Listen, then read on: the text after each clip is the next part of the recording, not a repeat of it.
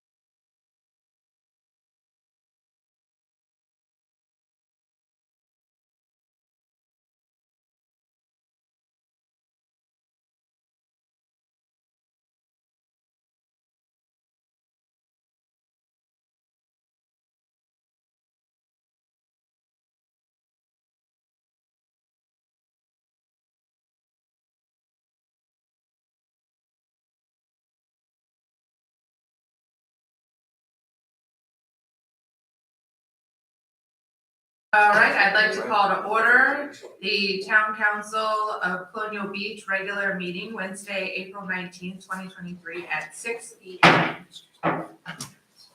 This time, I ask that you stand for a moment of silence, which will be followed by the Pledge of Allegiance.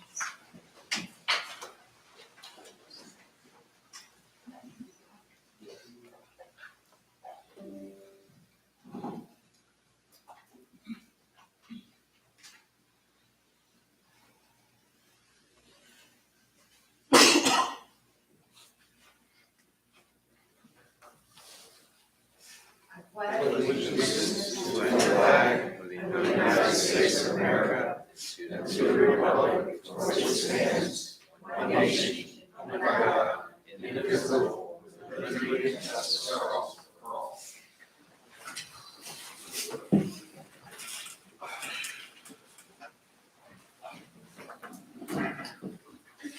All right, our roll call of members. Tom is absent today. Mr. Moncur is absent today. Everybody else is present. Additions to the agenda, I'd like to make a motion to add under new business item B, pump station repair at Cedar and Wakefield. So moved, second. All in favor? Aye. Opposed? No. All right, approval of the agenda as amended. Motion, second. Second. Okay, all in favor of that one? Aye. Excellent. All right, approval of the consent agenda. The motion for that, So moved. is a second? Second. All right, any discussion? Yeah, I believe, number E needs to be taken off there. Oh, yes, defer to the May 17th meeting. That's the planning commission appointment. Mm-hmm. And then also the quarterly finance report. Lisa, do we get a copy of that? I think our bylaws say we should get it like 24 hours in advance. It was sent to council. Was it sent? I saw it in my inbox. Yeah. Okay, so we got that. Okay. That's the question I had. Okay. Any further discussion? All right, with the exception of E, A through F. All in favor? Aye. Any opposed? All right, council member announcements. I will start with Mr. Wood. Okay, let's see. The First Street Waterline project will be completed this week, so everybody's going to get a great shower in the neck of the woods on Saturday. The solar lights for the bike path, still on back order, but we should have them sometime in May. Gazebos at the pier and Washington Avenue Park will be refurbished. The playground resurfacing in Washington, Castlewood, and Corey Smith has been completed. Sorry, guys. With engineered wood fiber, which is better than sawdust.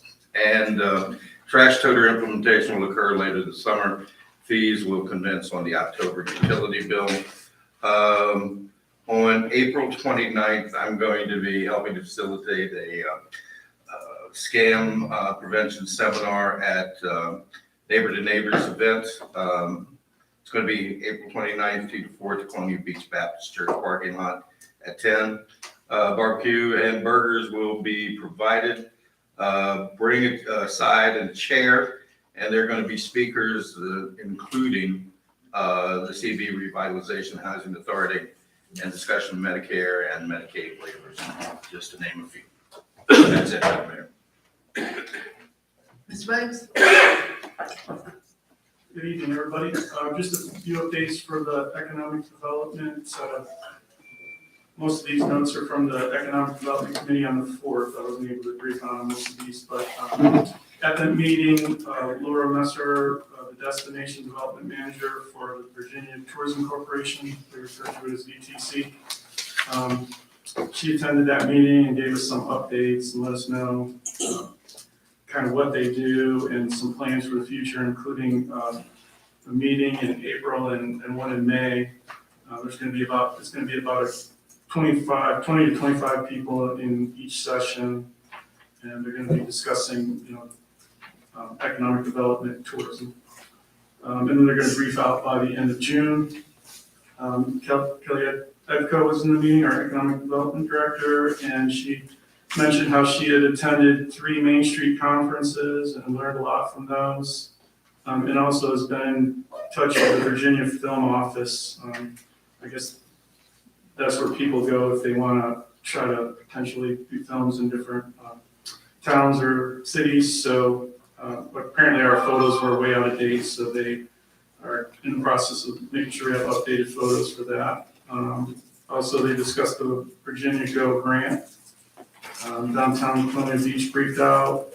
They mentioned Dora events, sip and strolls, and the successes they have with those. We also got a report from the Planning Commission. They mentioned the food trucks and asking, they mentioned we still don't have an application for Washington Street. That's one of the things that people have been waiting for. That's over by Orchid Tie. Let's see, talked about possible business going in by the old custard stand and then possibly even requesting a CUP for a food truck. They did mention one of the things that they were concerned about was the requirement for a extensive traffic study. Being the location where it is, considering there used to be a business there that was primarily relying on foot traffic, they weren't sure that if they could possibly figure a way to get around that extensive study. And also they had mentioned in the meeting something about include possibly a hot dog stand or something going in by there, and they were wondering how, if they were following through with the CUP process or how that was gonna work. And just wanted to make sure everybody was following the same guidelines in town regarding food trucks. They also discussed, Kelly Vaughn discussed the Chamber of Commerce Awards dinner that a lot of council members attended and various businesses throughout the town. They said it was a huge success, 85 attendees. She also mentioned something about business lunches for women that she's been attending. They just had one, I think, on the 10th, and also that the Chamber of Commerce is sponsoring the Bay Asian again this year. Let's see. They mentioned the Dodson Phase 3A was on track to be completed by the end of the summer, or at least the business portion of it. And 3B has no start date yet. And they also mentioned Cicero, I think it was 1892 or 1882. Business over by the old bank building is set to go in by the end of May. They discussed vacant buildings in town and possible ways of getting them filled, maybe incentives, some council maybe could address at some point. Let's see, there's a lot here. They talked about the naval facility, short-term rentals we already talked about before. Still working on the Community Heart and Soul project. They've raised a significant amount of money for that. And also had a separate meeting with Kelly Edco, and she talked about a lot of what's going on in town, including marina outreach, and additional businesses potentially coming into town, and her correspondence with regarding grants and the film office. That's it. Thanks. Thank you. Ms. Robinson? Our meeting was a rather short one. There were a lot of things that were going on. It was just basic presentation of the monthly reports that they go through. We had a meeting with them last Friday, and Dr. Mitchell told us that the budget from the state is not expected to get to the school systems until June, which makes it very difficult to get your monies together to start school in August. Schools go from August 1st to July 31st. So that's their fiscal year. So they're anxiously waiting to hear about that.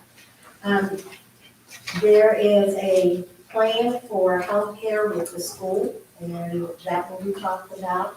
The last day for school is May 19th. They will make their capital improvement presentation at the May meeting.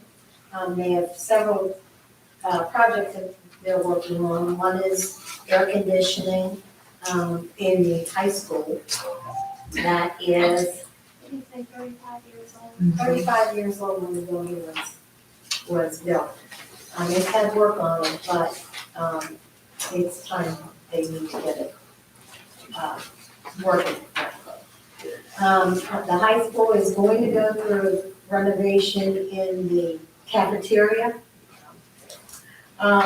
Graduation for kindergarten, will be May and 7th. Kindergarten, 7th, will be on May 18th, and then, I'm not sure which Sunday. The high school graduation is the 22nd, and then they will have interns in school. Thank you. Dr. Sullivan? I just want to congratulate Joni Millward and her committee for an exceptionally well-attended and well-received 5th Annual Osprey Festival last weekend. She estimated that on and off throughout the day, through the course of the day, there were over 1,000 people that attended it, which is huge for a festival like that. This coming Saturday, I'd like to remind everybody on behalf of Tom that the James Monroe Birthplace event is going on 9 o'clock. They have a ceremony and refreshments, and everyone is welcome to attend that.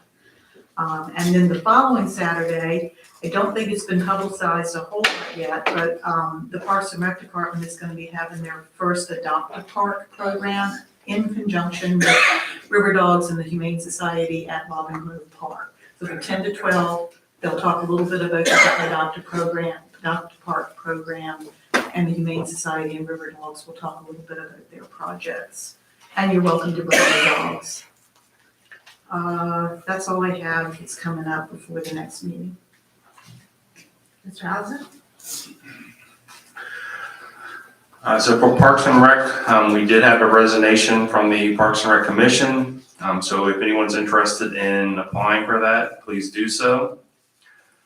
There is a survey on the town Facebook page. Indy, are we gonna put that on the website as well? Okay. That'll be a survey for Eleanor Park. That survey ends April 26th.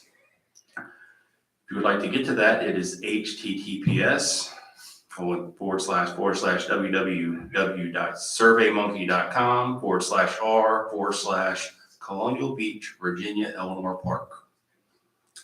There will also be a community meeting Monday, May 15th at 6 p.m. here at the town center.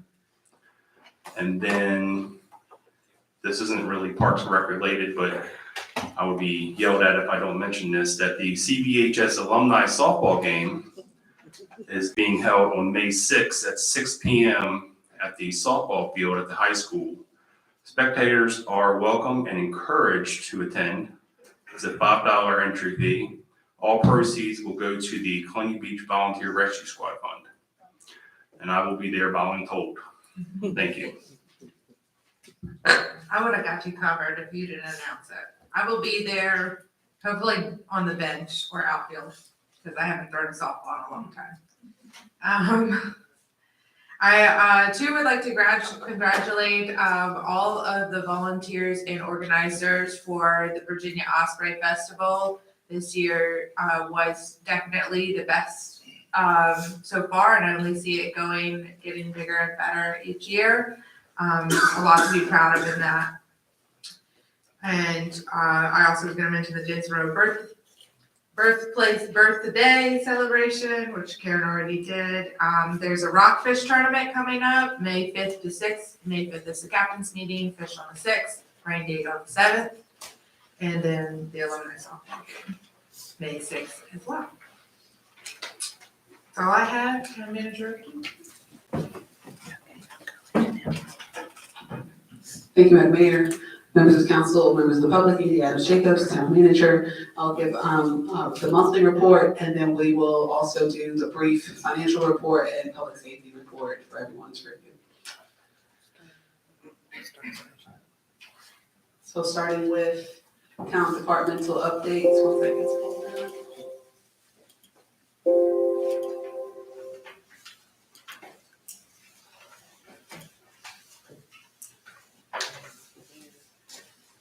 Under finance, real estate and personal property bills be due June 5th. Our water and sewer bills were due April 1st. Penalty and interest begin at the end of the month. And our FY24 budget public hearing will be on May 3rd. We are hiring for a couple of positions, starting with our part-time police officer, a water and sewer crew leader, and a town planner. Next slide.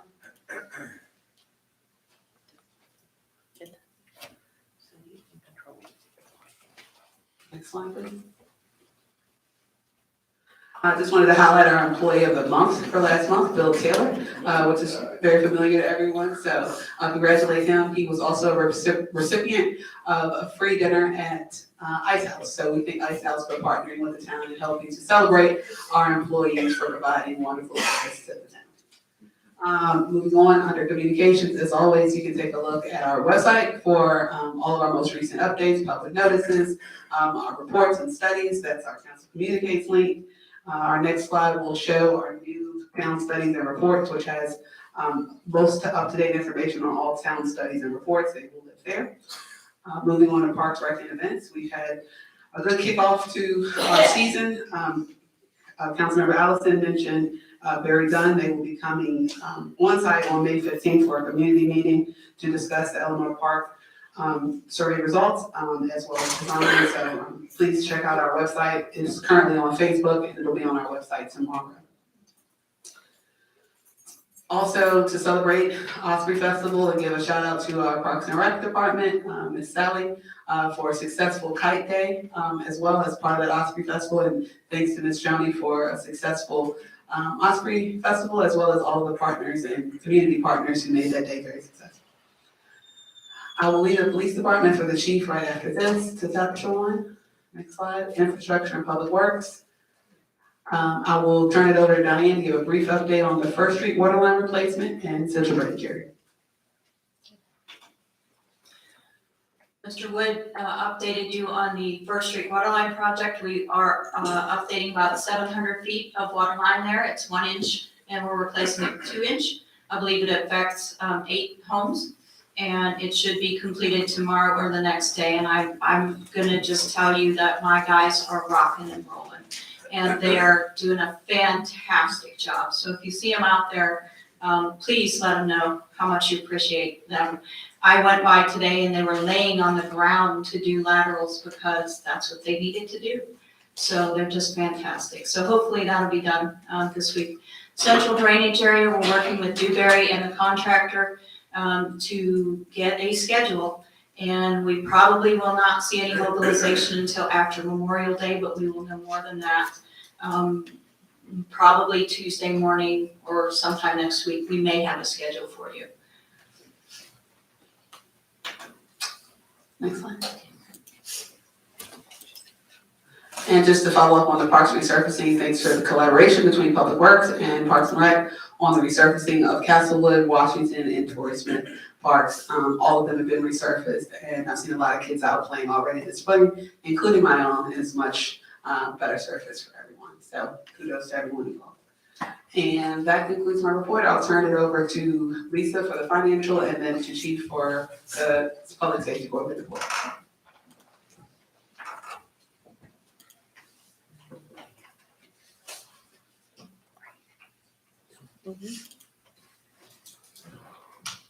Good evening, Madam Mayor, Council.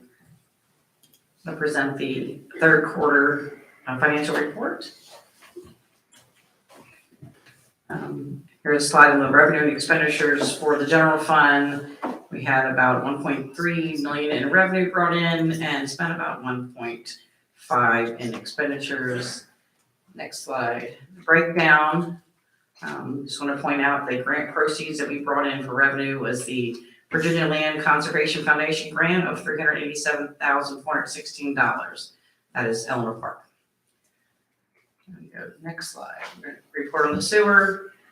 Sewer had revenues of $718,000 and expenditures of $619,000. And you can see the breakdown, where the revenue came from and how it was spent through the wastewater treatment plant, sewer, and debt. Next, water. $394,000 in revenue and $205,000 in expenditures. And here's a breakdown between water and debt service, expenditures, and where the revenue came. We're gonna go over to the disbursements, January through March. Accounts payable paid out $1,538,658 in the 3-month period, and our payroll totaled $634,583.90 with associated payroll tax of $220,351.98. And then as you see, we have our ARPA fund update. I have an updated slide. That's the wrong slide. I know, I'm sorry. I will go ahead and present what we have for ARPA. We've updated this and I will have this given to council. As you see, we do have the total funds received, what we spent in 22 and fiscal year 23. We have budgeted expenditures for fiscal year 24 of $538,000. $538,602.98, and budgeted for fiscal 25 and 26 another $134,000 for a project manager, and then we have $2.5 million earmarked for the central drainage area cost.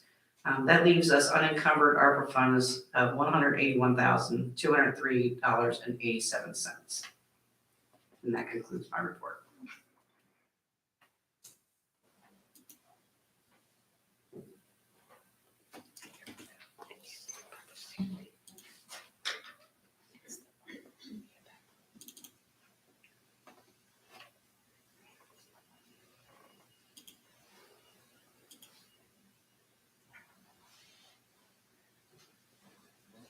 Good evening, Madam Mayor, members of council and the public. This is the first quarter for 2023 public safety report to council. The first segment is going to be for the police department. The following information is a quarterly report between January and March, showing statistics and trends. In the first quarter, we had just under 1,800 calls for service. Out of the 1,800 calls were 69 reports completed, 138 traffic stops, 9 accidents, and 7 arrests made.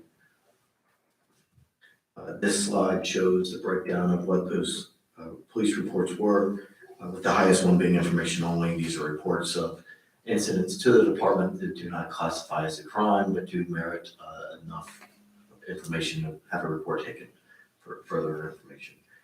The highest crime report was a destruction of property with 8, followed by simple assaults of 7. Next slide. The next slide is the breakdown of the arrest. It shows the domestic assault, trespassing, drunken public, as well as DUI, and then there were 3 other unclassified offenses. This slide shows the trends of the reports being submitted to the police department. As you can see, the highest there is at 5 p.m. in the afternoon when people are getting home from work is when most reports are reported to the department. This slide shows the trends of the days of the week, which is different from previous quarters for some reason, but it is showing the highest day has been Tuesday, with the lowest day being Wednesday for reports to the police department. This is a breakdown of the traffic stops. Of the 138 traffic stops, they were roughly 50-50, just a few more warnings and tickets, but that's the total. The next segment is for the volunteer fire company.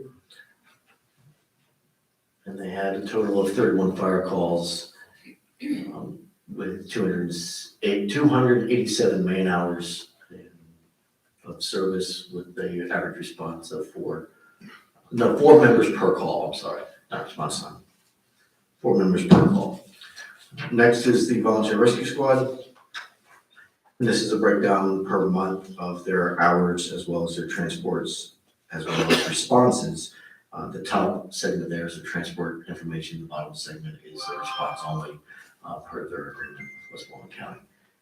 I would say that their average response time has been consistently 4.3 minutes each call over the last several quarters that I presented this information. I did notice that compiling this information that the average response time has not changed. It's pretty consistent. Their number of transports and hours have been pretty consistent as well.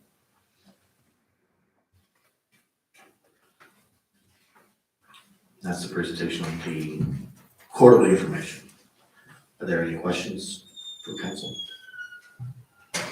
Any questions? Do you have another update on the other item? Yes, I have a brief update on the active investigation regarding an incident that occurred in the 300 block of 12th Street earlier this month.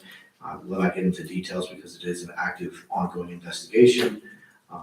But I did want to point out there are some discrepancies floating out there in the community and on social media that are not accurate related to the police department. And I would like to note that the first officer, Colonial Beach officer, was on the scene in under 3 minutes from the time the call came in to the officer until he got on the scene. The first officer on scene rendered medical aid to an injured individual by applying a tourniquet to their extremity and controlling the scene until other resources could get into the area to help with the investigation. We are actively working that investigation with our regional partners as we need to do so. Okay, thank you. You have the, Mr. Wood? Yeah, actually, I did. This is a little off topic, but I wanted to thank the police department for responding in such a quick time to walk into a situation you don't know if there's still an active shooter there. Takes more courage than most of us in this room have. And the fact that there are people who go in on innuendo, I think is reprehensible. It's important to get the facts. And I want to thank you and your team for your courage and keeping us safe. Thank you. Thank you. Thank you.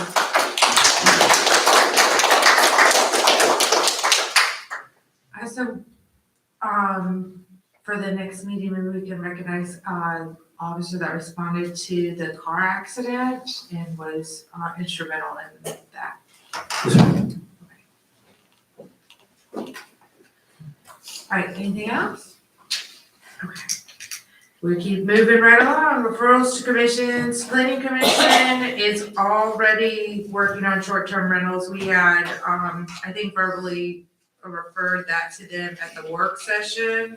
Apparently they are forming a subcommittee. Mr. Dooley, you want to update us on that or? So excuse me, Madam Mayor and members of the council, subcommittee has been formed today. Myself and the chair of the Planning Commission, Iron Tree Mack, formed 2 members from the Planning Commission, 2 members from the Economic Development Committee, and 2 citizens at large with experience in short-term rentals. So we are in the process of notifying them and hopefully having our first subcommittee meeting next week if everyone's available. Excellent. I don't have any other referrals to the commission at this time. Moving on to the Parks and Rec Commission, we did have resignation with Eileen Heath, so there will be an opening there. Just want to recognize her resignation and accept it by council so that they can advertise the opening. Thank you, Eileen. I didn't know you were in the audience. I just saw you. Thank you, Ms. Heath, very much for your service to that and your continued service to BAM as well. And I'm sure that we will continue to see you and actively involved. I look forward to it. Thank you. Mayor Schiff, Yes. may I add my thank you Sure. to Eileen Heath. Please. She has gone above and beyond working on the commission and continuing to do the work with BAM. And I'm sorry to see her go, but I understand that her schedule is as busy as mine, so I totally understand. Yeah, it'd be big shoes to fill, but stay involved and we'll see you around and we'll keep partnering. Thank you. Sure they're looking forward to the Illinois Park Survey that's out there. Presentations, resiliency and stormwater. Uh, I asked if you were Michael earlier because it says Michael I on know, and our. he was supposed to be here. That's my boss, but he got torn away somewhere that he had to be. There we go. There we go. I'm Luke Peters with the Berkeley Group. Oh, is it still? It's gone out. I think the light should be on.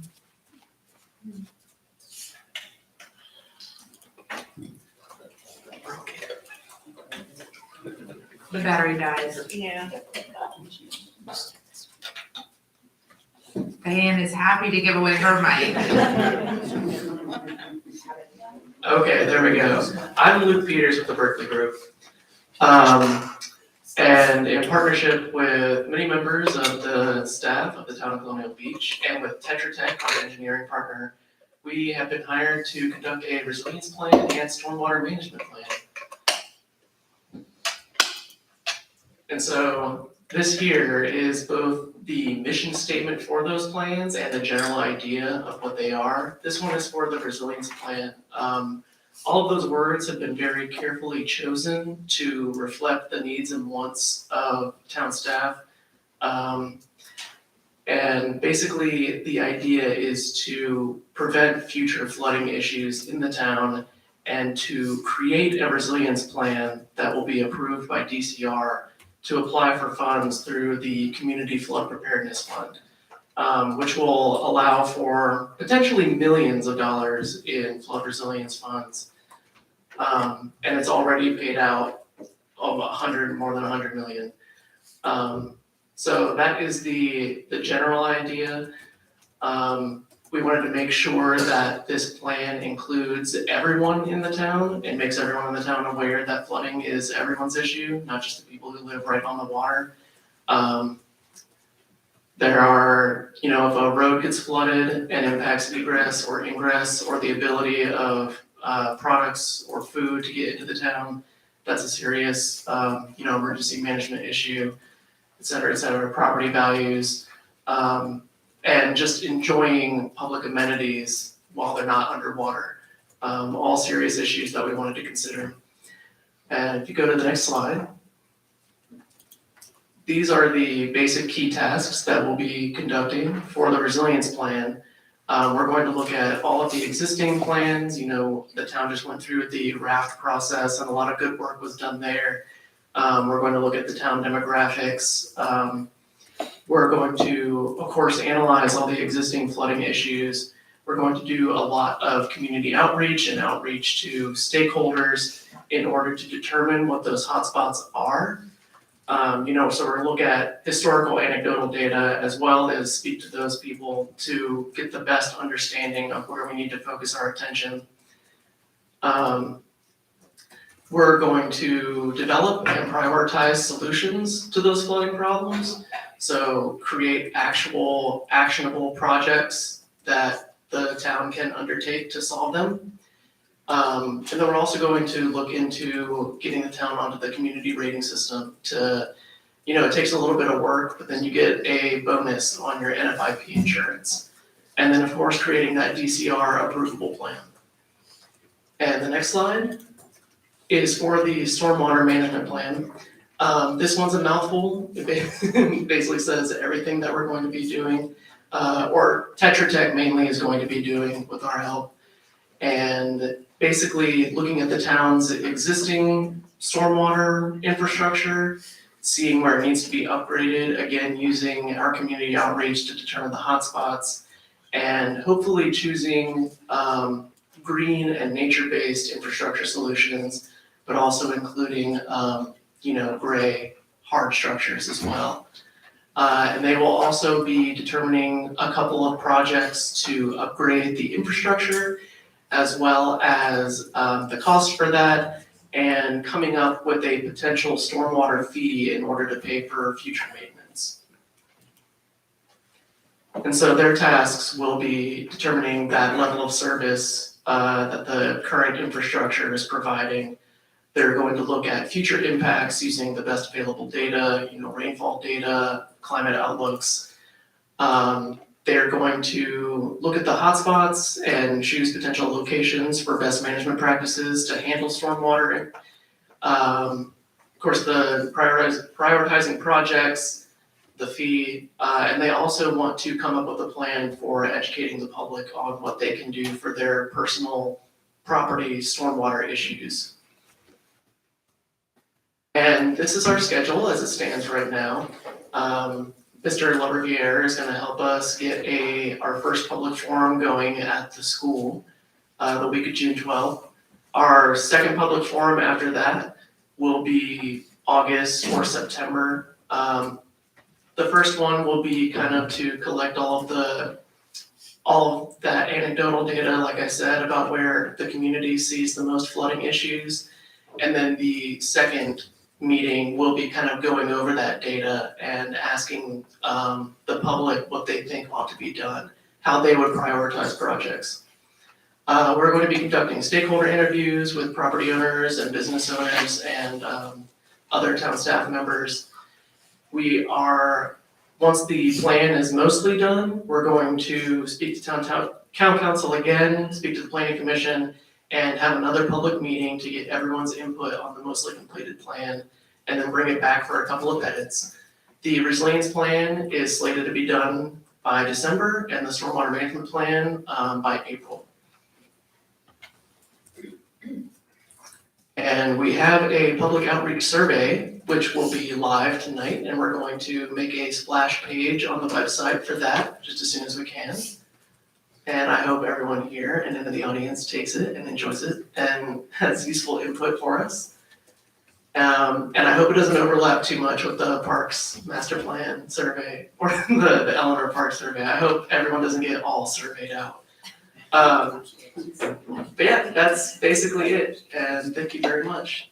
I'll take any questions if you have any. So when I get flood complaint emails, I forward them to you? If you want to collate them for us, that would be very helpful. Oh. Put them all in a big spreadsheet and we'll go through them one by one. Especially if you have their address, that would be great. I'm just gonna forward them. You can put them in a spreadsheet, because that's what we're paying you for. Sure, be happy to. Oh, I'd be happy to forward them to you. So you get them often then? Yes. Okay. Well, I haven't actually got any recently, but we haven't had torrential rains. We did have one, yeah. We have, it ebbs and flows with the weather, but when we have a really rainy season, it's, yeah. Well, we haven't had the multiple 100-year storms this week. I'm knocking on wood. Yeah, a lot of the issues I think are on people's private property.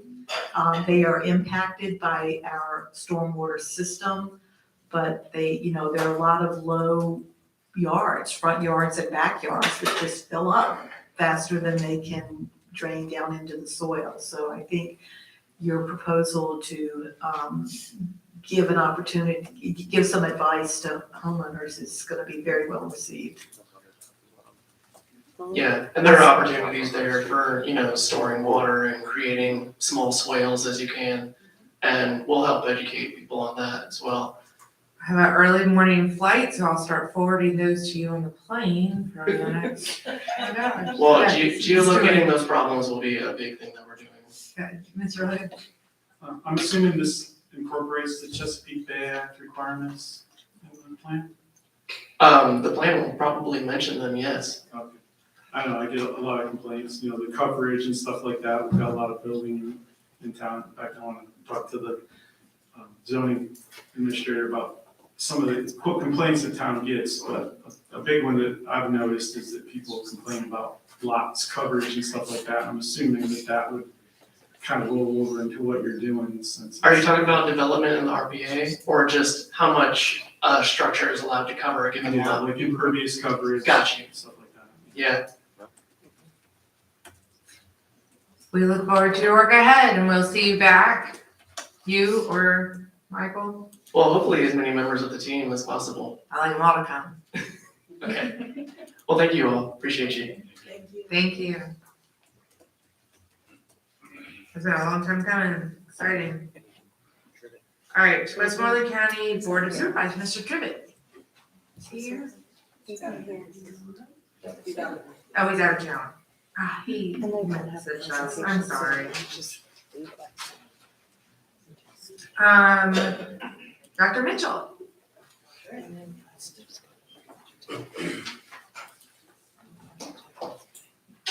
Good evening, Mayor, good evening to town council members, good evening everyone of the public. Just a quick few updates. On the capital improvement side, the board did approve a new CIP for 3 years to include some small projects as well as some large-scale projects. I have shared a copy of the draft with India and a team. Some of the projects we're working on right now, as we end the school year, includes some interior work at the elementary level in terms of some paint work, exterior painting outside. We have signed a contract to replace the football stand as well as the press box. The work will probably start after football season because we don't want to interrupt with the season. And due to materials, it's a little bit difficult to get things to us. We're also working on a short-term, hopefully sometime this summer, revamping and redoing the concession stand to really upgrade the facilities, particularly the restrooms, and the some of the storage space. The board also approved last week a new, super excited about this, the new mission, vision, core values. The board adopted that. We will share this as we launch our new strategic plan in the upcoming months. The board also approved the budget as presented from the previous month, pending the General Assembly. As we know right now, everything is at a standstill between the House and the Senate, as well as with the governor. Once they give us a budget, we will go back and amend and make any changes, as well as communicate that with the finance department from the town, as well as the town manager. A couple of big congratulations before I end. I want to congratulate several students. One of them is a young lady. She's a senior at our high school, Taylor Gill.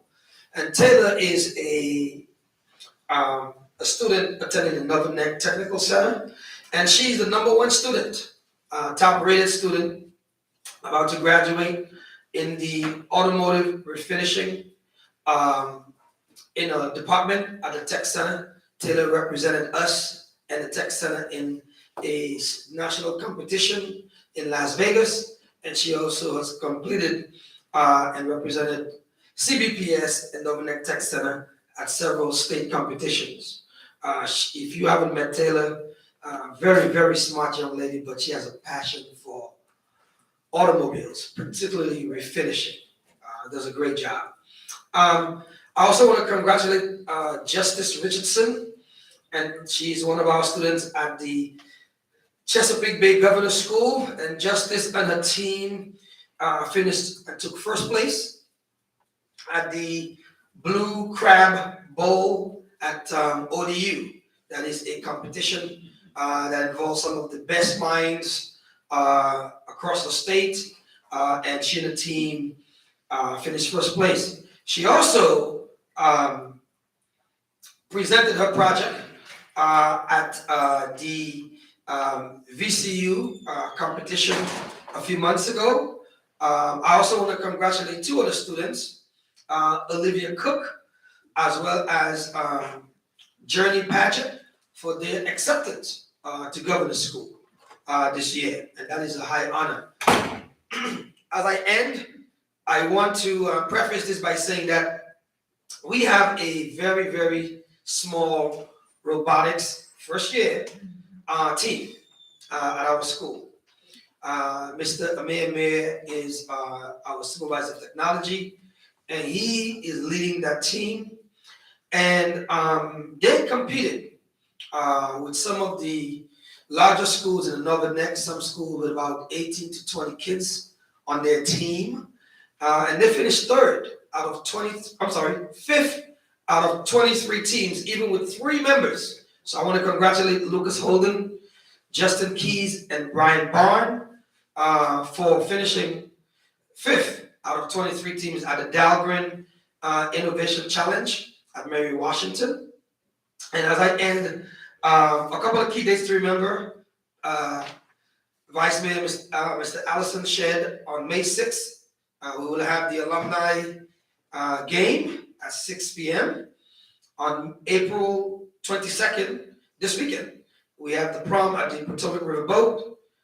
May 18th, kindergarten ceremony at 9 a.m., 7th grade at 6 p.m. On May 19th is the last day for all students in our school division, and that will be followed by May 20th high school graduation in the morning. And lastly, on May 23rd is the last day for all teachers and staff. That's all I have. Any questions? Actually, I have one question. I'm glad you brought up the robotics team because we are hosting COMREL, the Community Military Relations, for this quarter, which is May 11th. And they would like to know if the robotics team could come to that and present at that. So Mr. Is it Amir or? Yes, Amir, yeah. I'd just go ahead and extend that invitation to Mr. Amir and Lucas, Justin, and Brian as well. It was really impressive for a robotics team of 3 to be competing against those very big school teams. I can't understate that enough. That's exactly what it was like. Yeah. And our team represented extraordinarily well. In fact, had our robot moving through the course much better than most of the other robots that I saw there. Yeah. You got some extra points if you could do some whirly things with it. But our robot was far more stable. Yeah. From what I saw than several other robots, and that was thanks to the engineering and teamwork of those students and Mr. Amir. So And what you don't know is they had 3 days to put it together. that's right. And they put their robots and everything and program it in 3 days. The whole thing, And just so- get pieces. Yeah, so imagine if they had more time and was a bigger team. We're just inspired by their work, and we are hoping that they will inspire the next group of students to get into robotics. And it's something that we are pushing kids, not just to do here, but also to attend some of the classes at the tech center to be able to get engaged in terms of Lego robotics and of course computer science. I'd like to give a round of applause to all the students that you recognized tonight. That is incredible. Yeah. And Mayor Schick, is there any particular person you want Mr. Amir and the team to contact? For? Heather, we'll coordinate with Heather. I'll get you a more formal invitation than this. It just brought it to the top of my mind here at the council meeting too. It is a breakfast meeting. It is. So they'll be back in school by 10:30, 11 o'clock. Yeah, it's 8:30 to 10. All right. That's perfect. Okay, thank you. And if they can bring the robot, I don't know. They get to take it home? Did they get to take it I back? think they do, yeah, they could put it back together. And they brought a 3D printer home Yeah. too. Mhm. Yeah. All right. All right, annual report from the planning commission. Chair is Mr. Brian Mack. Good evening, council. This is Trey Mack, Chair of the Planning Commission. Please forgive my exceedingly casual attire. So this is for the annual report. Just before we quickly review that, because I don't think you need me to read a spreadsheet to you. It's fairly straightforward. This is purely informational. There is no fiscal impact associated with this, and it is for the year of 2022. The members for 22 were Nathan Howell, Victoria Luna, Bob Christensen, myself, Will Knuckles, and Daley Thompson. Nathan Howell was the chair during that time frame. Before we get the rest of the way into this, the item that came up earlier referenced the short-term rental committee. We have put that together. Those individuals are being informed tomorrow. That's going out. And those that we had an excess of people that wanted to do it, which is great. So we're gonna let them know that we had to basically bring it down to a first come, first serve situation so that it wasn't ungainly, because we're trying to get this to move through quickly, but we're still gonna solicit some input from those folks that weren't selected. Also with that, the 2 seats that we have that are being evaluated to bring back to you at the next meeting, we had 5 people apply for those 2 seats. So much better outreach and participation than we've had in the past. We've at times had to beg people, and now we actually have people to select from. So very happy about that, and a great quorum of qualified people that have requested to participate.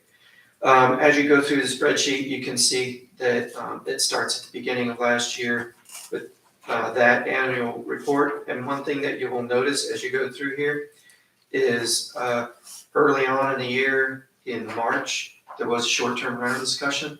At that time, that was not for the sake of putting in any regulation, but merely defining short-term rentals for the town. And as we did that, we made sure that we stayed along the lines of the state so that we're not in contention with that. Throughout the year, we also did multiple text amendments through the zoning articles. There was a lot of cleanup that happened. There are things through the ginormous efforts of the staff, the time that they have spent going through and wordsmithing this thing to find all of the grammatic errors, spelling errors, just organizational errors, things that were not alphabetized as far as definitions were concerned, definitions that were incorrect, that were corrected, all those things. Great cleanup effort, which really did a lot to make that a much more usable document, not only for yourselves, but for us and for anyone coming into town that's wishing to build or develop. It's a much easier document to relate to. You will also see in there that we added the, we were just talking about that earlier too. Mr. Williams, you were bringing it up. The mobile vending courtyards was also brought into effect, and you'll see that covered in this as well. Otherwise, very straightforward. If you have any questions, I am more than happy to answer those. I think those were the biggest things that we hit, other than covering the CUP, issues that we had, as well as we looked at the CIP, but that was just approved recently. So. Have any questions, anybody else? Yes, Ms. Williams? Will the short-term rental committee meetings be in a public forum? Yes, they will be a public forum. We will be setting up the first of those meetings. I believe we're going with try for next week. Is that correct? Yes, correct. We're going to try to do the first one next week and get that rolling. Then we will do one more following that in order to consolidate the information that we go over.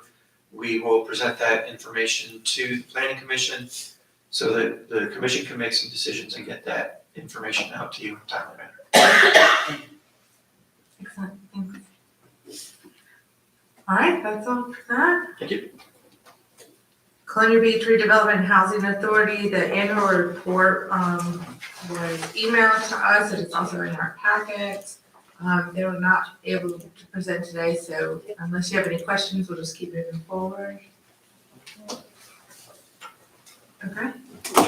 I will say that they have, the amount of work and effort and research over the past year is exponential in compared to previous years. They are really working hard to. I don't think you can put exponential on the zero, so yes. It went from 0 to 10 million. Yeah, no, I didn't mean it was just kind of defunct there for a while, that's what I meant by that, and it's completely reformed, so, yeah. Very appreciative of that. Do we have any examples for the public, like one or two things that they've done? It's in the report, but they couldn't be here to present today. I think, our town manager may have something to say. Yeah, I'll just also add that they worked, after we worked to help give them a grant, they worked with the company to establish a strategic plan. So they've worked on that within the last, I think, 6 months. So I think they'll be able to come back and give some updates on that, as well as working with other departments to discuss housing, at large on behalf of the town. So we appreciate their efforts. Yeah, I'm looking forward to the strategic plan, I've seen some, either a draft or a pre-piece of it or something, is that what it was? Yeah, I didn't look real hard at it because it wasn't done yet, but I'd like to see that whole thing, it's a lot of housing data in it. Okay, next up is public comment. I have Lori Gore signed up, and then one that was sent via email.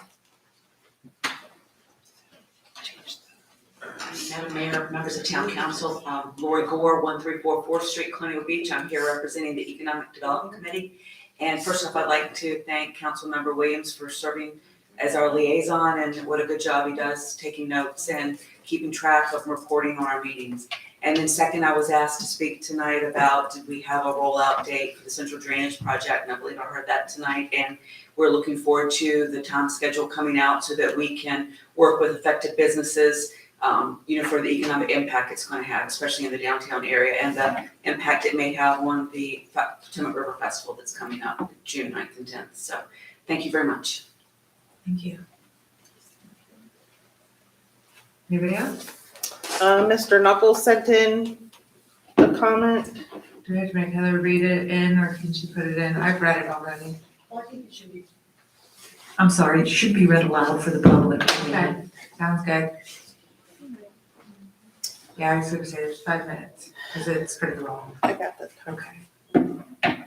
Mr. Knuckles emailed in, said, I am speaking not just as a resident, but also as a person with a master's in environmental science and real work experience designing systems that involve hard and soft engineering approaches to address shoreline erosion and protection from coastal storms, as well as the use of dredged materials ranging from fine-grained sediments to sands to restore shorelines in the Chesapeake Bay. The issue, the appeal for emergency expenditure of funds for beach renourishment in this fiscal year. The staff report states the following. Several beach areas no longer have sand connected to the breakwater structures that were built to protect these areas. These beach areas are focal tourist areas throughout the year.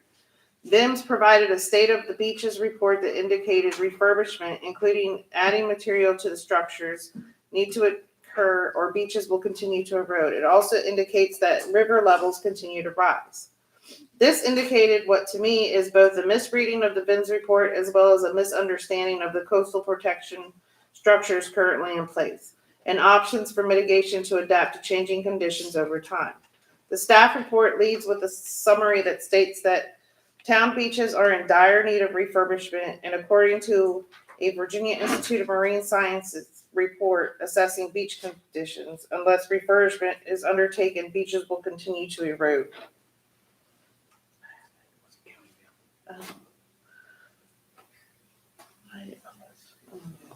I disagree that the findings of the report would characterize the town's beaches in dire need of replenishment.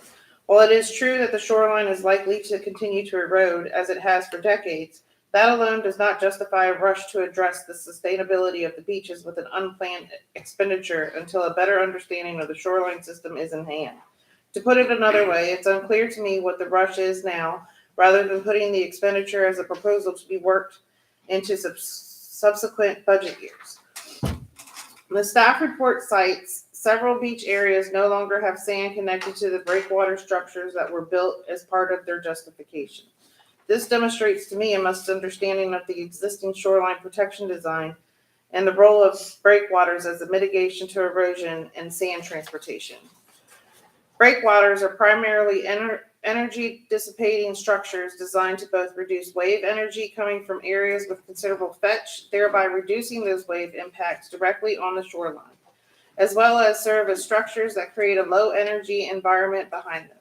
The low energy area behind them, combined with sediment rich waters, then allows suspended larger grain sediment such as sand to drop out of the water column, thereby recapturing longshore transported sand that might otherwise be transported offshore beyond the depth of closure, which would result in a net loss to the system.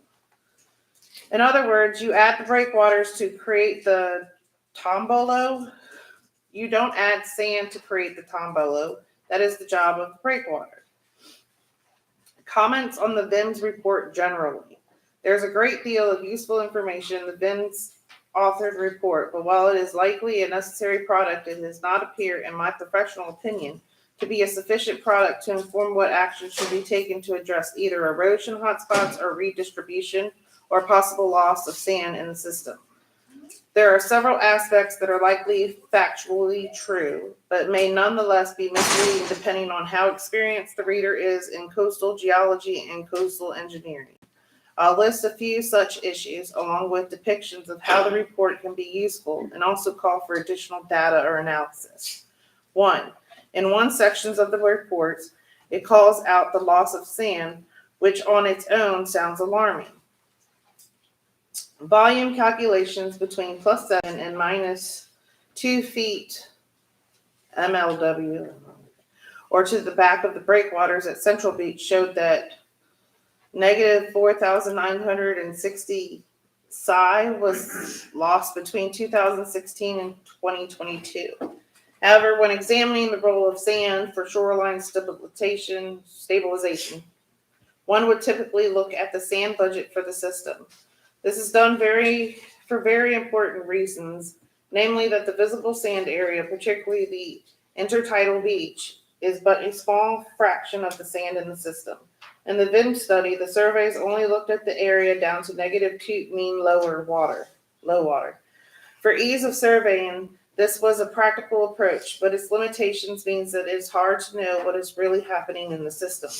The depth where the system is no longer connected to what most people would consider the beach is called the depth of closure. Yeah.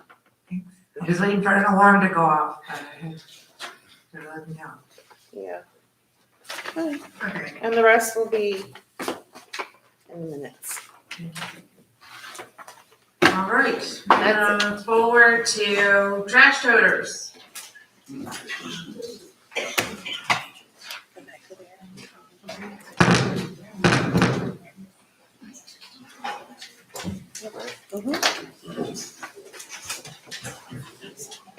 While Diane gets loaded up, I'll just not bury the lead and let everyone know that the results from the poll on the color of the trash toters was black at 67, royal with blue with yellow top at 50, and then navy and green kind of at 43. So black is the color choice.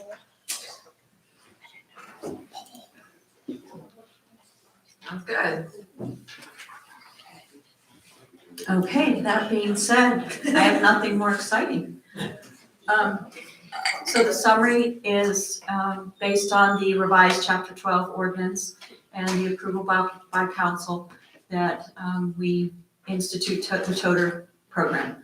So a request is hereby made to transfer the initial monies from ARPA funding to purchase the toters to begin the program. Next slide. And that is not the right color now. I know that. The green with the black. We have made presentations on this, explained the need for this and the worker safety being at the top of my list. And we are now again asking for the funding. Next slide. No alternatives. And the fiscal impact remains the same. We are asking for $194,316. Actually $195,000, but you see it broken down there. We have done some figuring with the numbers there, and you can see the current number of residential water and sewer accounts that was obtained from the finance department at 2,516 accounts. And the current number of commercial water sewer accounts that is charged is 99. The current number serviced by the trash collection currently is about 30. Additional anticipated cans for residential accounts, this is based on 20% of the residents or 20% of the account holders requesting an extra can. So it would be 504 cans. And commercial accounts, we anticipate an additional 25, which is probably low, would give us a total of 3,120 cans. We are planning to order 2,925 96-gallon cans and 250 64-gallon cans. And that would give us a total of 3,175 cans. That would give us a few cans, a small stock of replacement cans in case something's damaged or someone wants another third can or those sorts of situations, for a total of the 195. Next slide. Staff recommendation is to approve the transferring of the $195,000 from the ARPA funding to the operations refuse account. Any questions? Do I have a motion? Do I have a second? Second. All right, is there any further discussion? All right, do a roll call vote. Aye. Mr. Robinson? Aye. Mr. Wood? Aye. Ms. Williams? Nay. Ms. Robertson? Aye. And aye. Like it is. All right, next up, Town Hall HVAC replacement.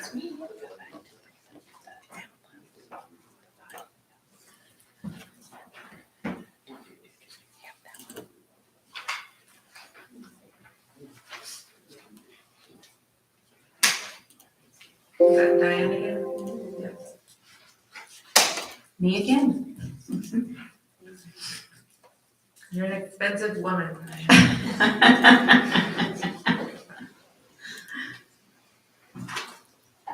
Okay, next slide, please. So a lot of these are repeat slides. You've seen them before. Again, this is the old boiler system, the old heaters on the walls. Next slide. The old pneumatic thermostats, which are not working. Next slide. The window air shaker, the window shakers that are inefficient, they're loud. Next slide. Okay, so this is where I broke it out a little more than what you've seen previously. The alternatives are to replace the current archaic systems with mini splits. The mini splits are very efficient. They're quiet. We have several in Town Hall, and they can be used on interior walls. Next slide, please. You all requested an investigation of PTAC units, and we did that. We called several contractors. I will tell you that their opinion of these units was not favorable. So we have listed pros. They are cheaper per unit. They do allow zone control, which the mini splits do as well. And the cons listed there are that they're loud. They are much less efficient than the mini splits. They're less reliable. They're more work to install, and they are only able to be used on the exterior walls. So we would not be able to use these units in the interior hallway where we need heat and air conditioning at the current Town Hall. The estimated install removal cost per unit for the PTACs would be about $6,500, and that would include, we would have to take out the old radiator heating, that's the old boiler radiant piping that's on the outside walls to be able to put these in. Next slide.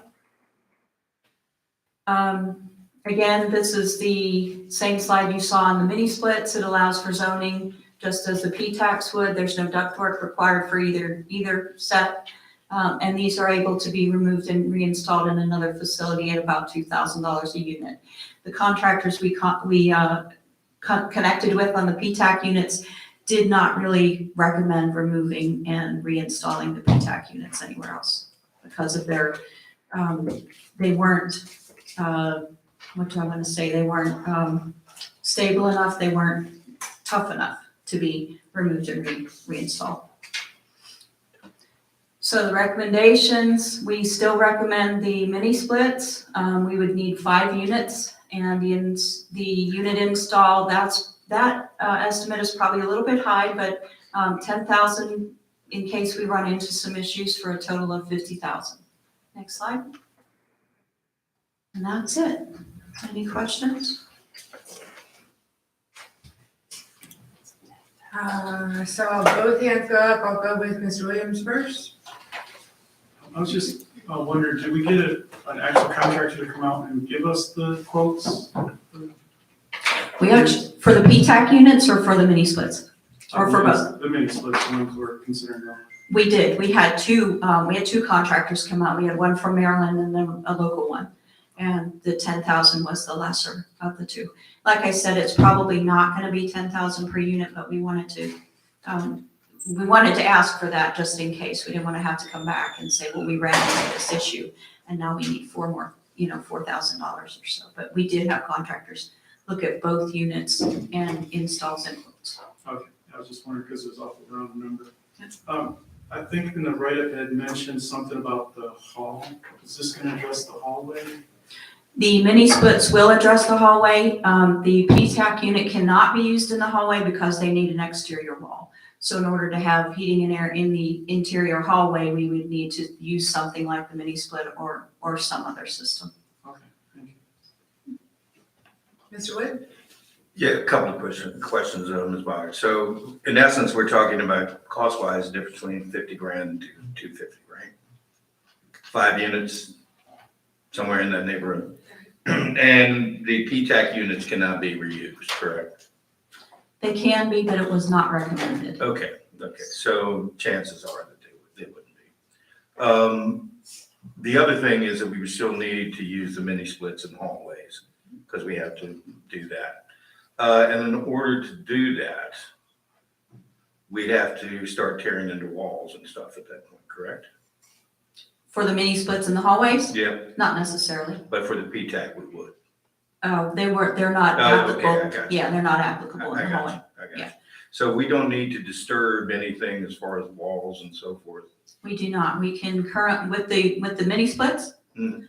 with the mini splits, we can remove the current window shakers, the current air conditioners, and the mini splits will fit in those areas, so there's no disturbance of wall space. Okay, thank you.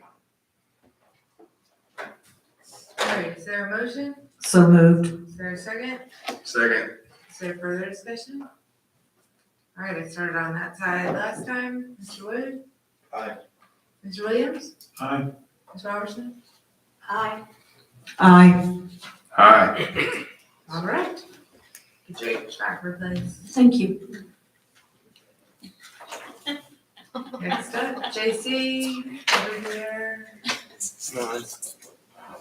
We're out. Madam Mayor, we'll turn it over to Adam Schaefer, our Assistant Finance Director.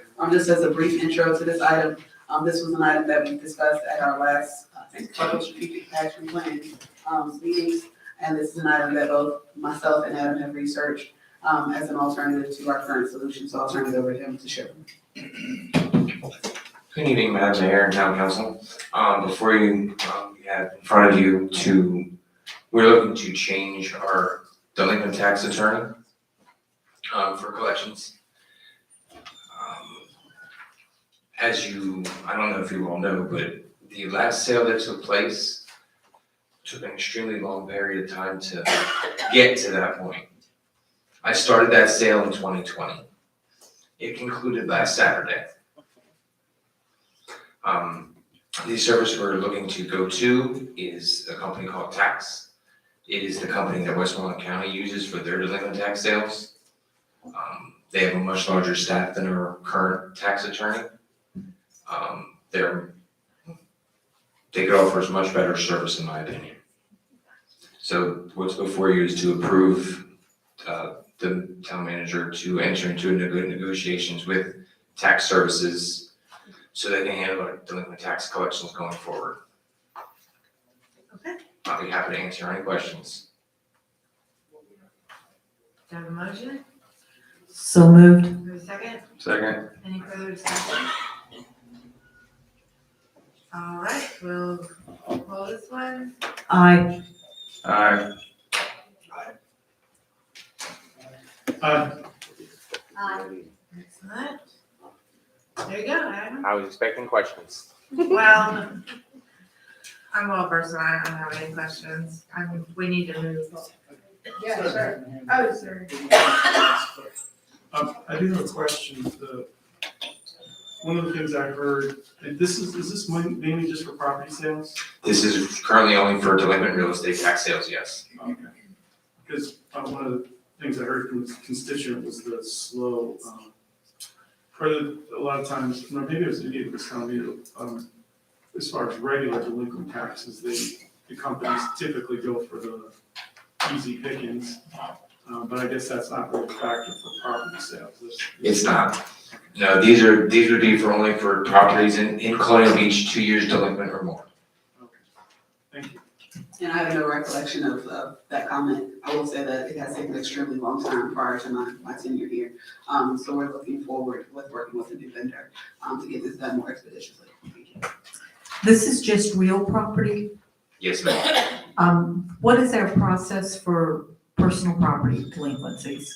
So for personal property delinquencies, we have several things that we currently do. One of which, and the most effective being, that if you don't pay your personal property tax, you get a DMV stop placed on your account and cannot renew your tax. So is the only personal property we tax those things that are registered with DMV? Yes, Or the ma'am. boats? Yes, ma'am. Okay. And business property, furniture, anything that Westmoreland County gives us in their personal property book. So how would we go about collecting delinquent personal property taxes on business equipment and inventory? Because Well, that can't go through DMV, right? what happens is that there actually a stop gets placed on the customer's social security number. Okay. Whew, pay your taxes. All right, moving forward, we added, under new business, the, pump station repair, Cedar and Wakefield, is that correct? That is correct, yes. I don't know that you have a presentation, or are you just gonna read us? I do. This came into us at the last minute and walked it on because it is an emergency repair. You all, I believe, have the memo, and the issue is that we've gone, as you all know, without needed repairs and maintenance for many years on a lot of these pump stations, on the wastewater treatment plant, a lot of infrastructure. And in some of our pump stations, we're seeing collapse and failure happening. We just had a collapse and failure of a pump at Potomac Beach, which is why you see the pump around sitting there with all the cones along the roadway. We're waiting on parts. The parts are 4 to 6 weeks out for that pump station. So we're having this happen at various sites. The one at Cedar and Wakefield had been budgeted for to a degree in the contingency fund, but we had to use that to repair Potomac Beach because it went first. Cedar and Wakefield, you all have on your memo, you have some photos which I think speak louder than any words I have. These pumps are out of their lifespan. They're probably 10, 12, maybe 15-year pumps, and we're looking at they're 20. Some of them are even older than that. They're obsolete. We can't get parts for them. So even when we order pumps, we have to get new infrastructure to slide the pumps up and down. I mean, everything has to be rebuilt. The impellers on these pumps, which if you think of a propeller on a boat, they're full of holes. We have talked about ceramic coating them, but it's like putting the perpetual lipstick on pink. So I'm asking for, we do have quotes, and the lowest quote is $30,000 for for 2 pumps and an entire rebuild to have those pumps installed at Cedar Wakefield Pump Station. And I'm asking for a request for $30,000 to be transferred from CIP to our Public Works Operations Fund for that repair. Again, the repairs will, if you do grant this transference this evening, we can get the pumps ordered, but they'll still be 6 to 7 weeks out.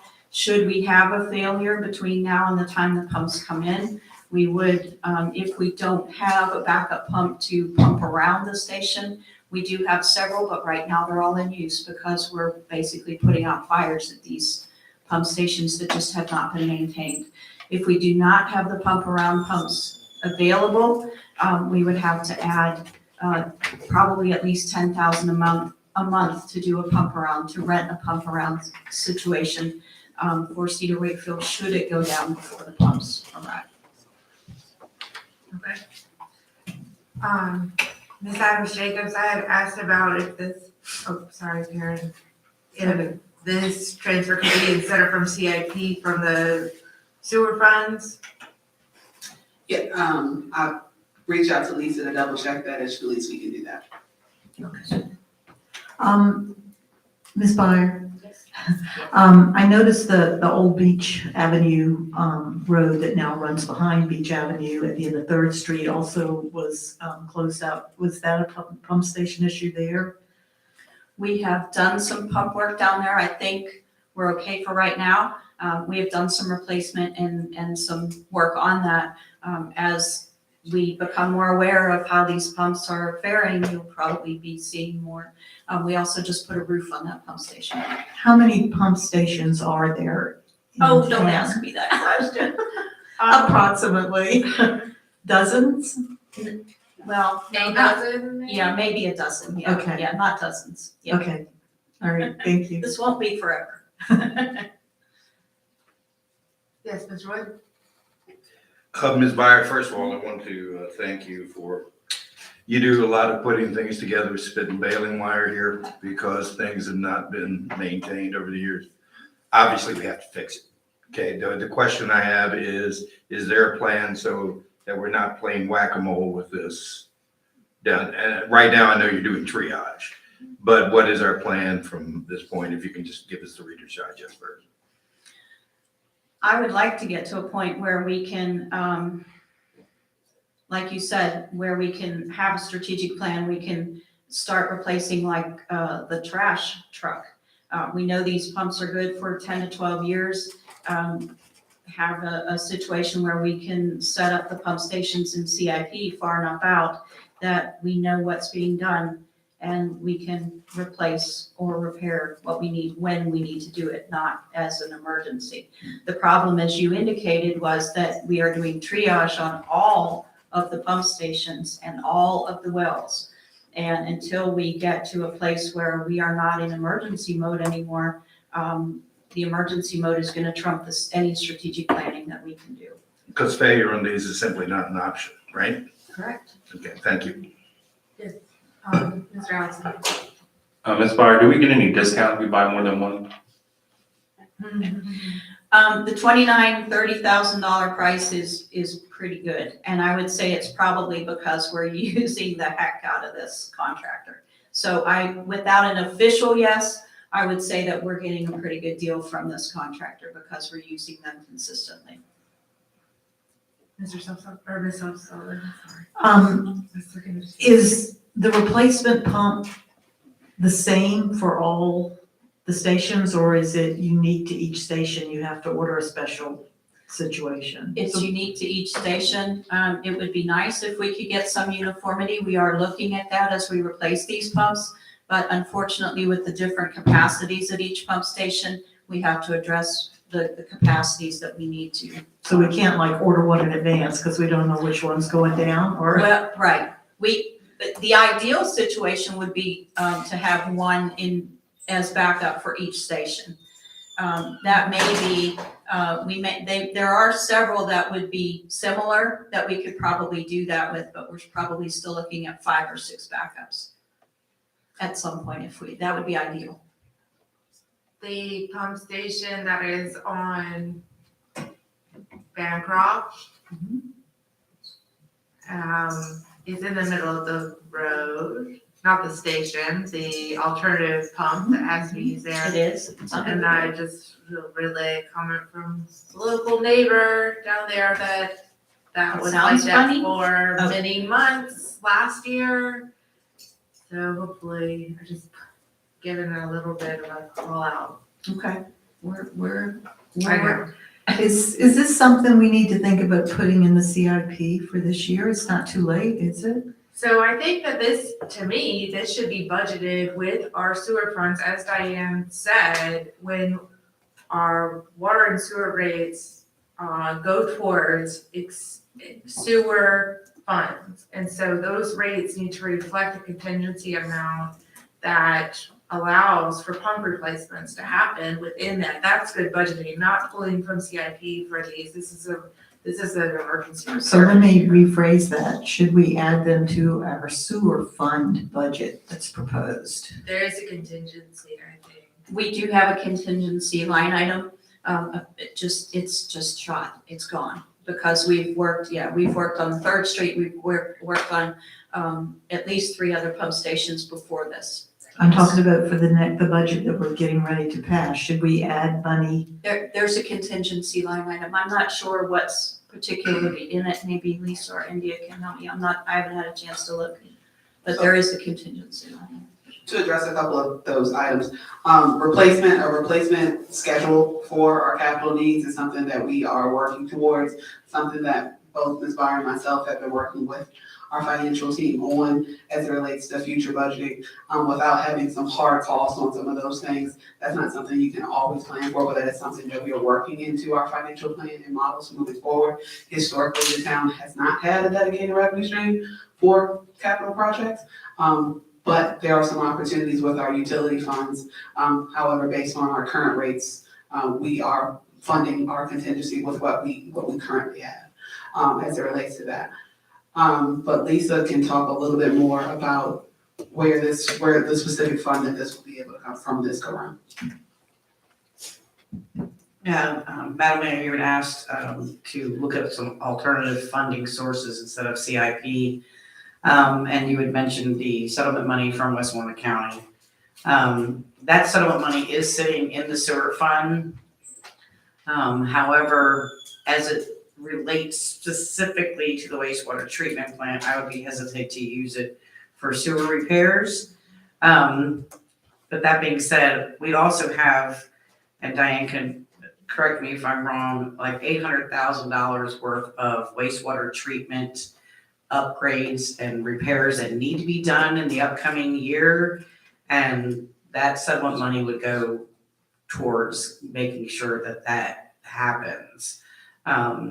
So this $50,000, I would still recommend coming out of CIP and using those funds from the settlement to get the wastewater treatment plant where it needs to be.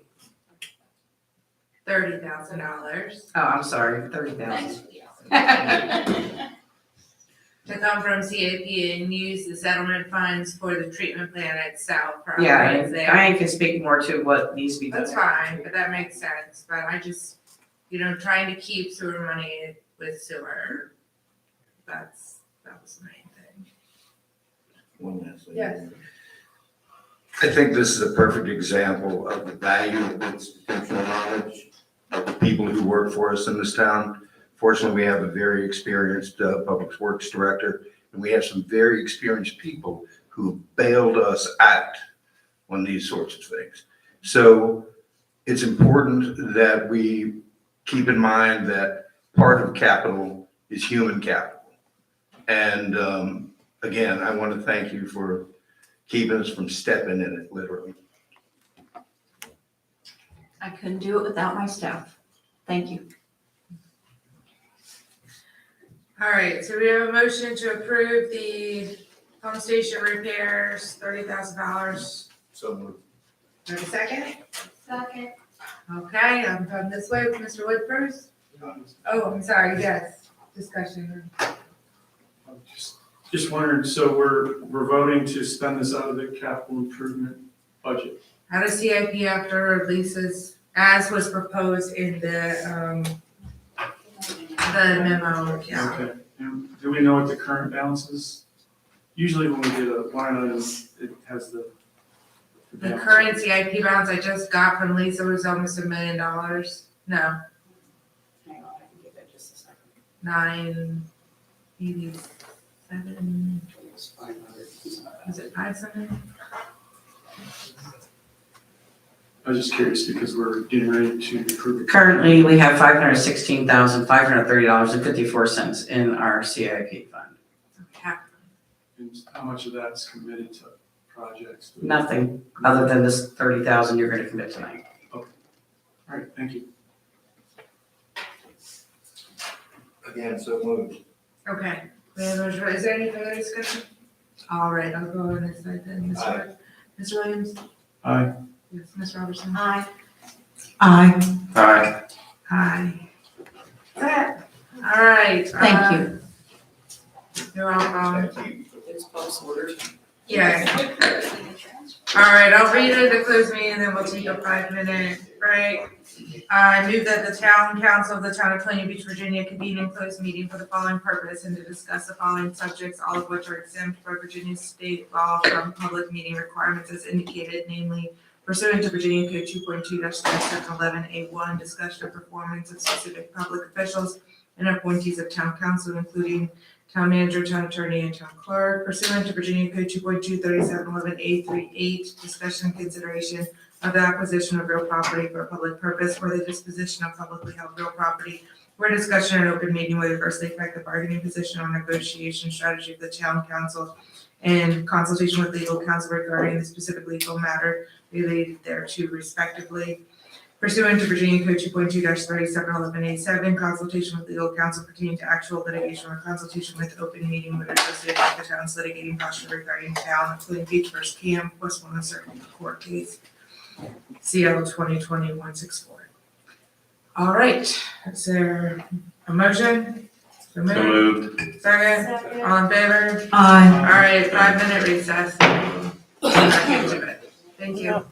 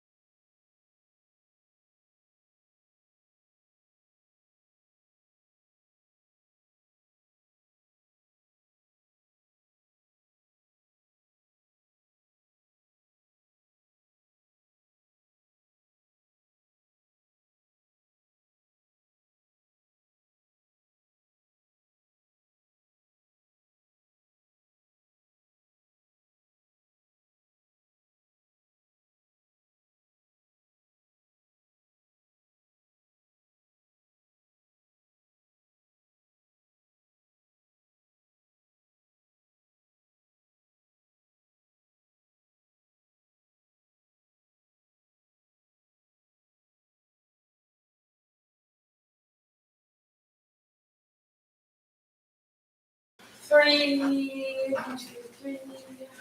Oh, it's my.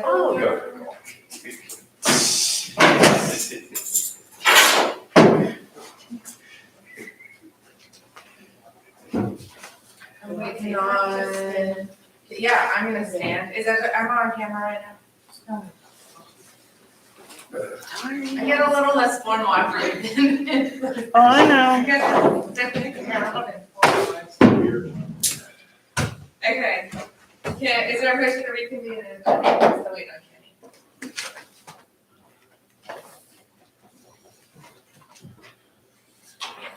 I would make a motion, but not like this. Yeah, I think the mics are off. It's fine. Yeah, I turned the mics off. It'll pick it up. Okay. It's picking it up. This one's still on, and it picks up. He's coming. I move that we reconvene. I need a second. Second. All in favor? Aye. Is there a motion to certify that only public business matters lawfully exempted to promote the meeting requirements under the Virginia Freedom of Information Act, and only such public business matters as were identified in the motion by which the closed meeting was convened were heard, discussed, or considered in the meeting by the council? I need a motion. So moved. I need a second. And I need you to each individually certify. I said certified. I so certify. I so certify. I so certify. I so certify. I so certify. I have a motion to adjourn. So moved. Second. All in favor? Aye. Meeting adjourned at 9:05 p.m. She said, "Mom." Let's go. And I already got them back. Okay.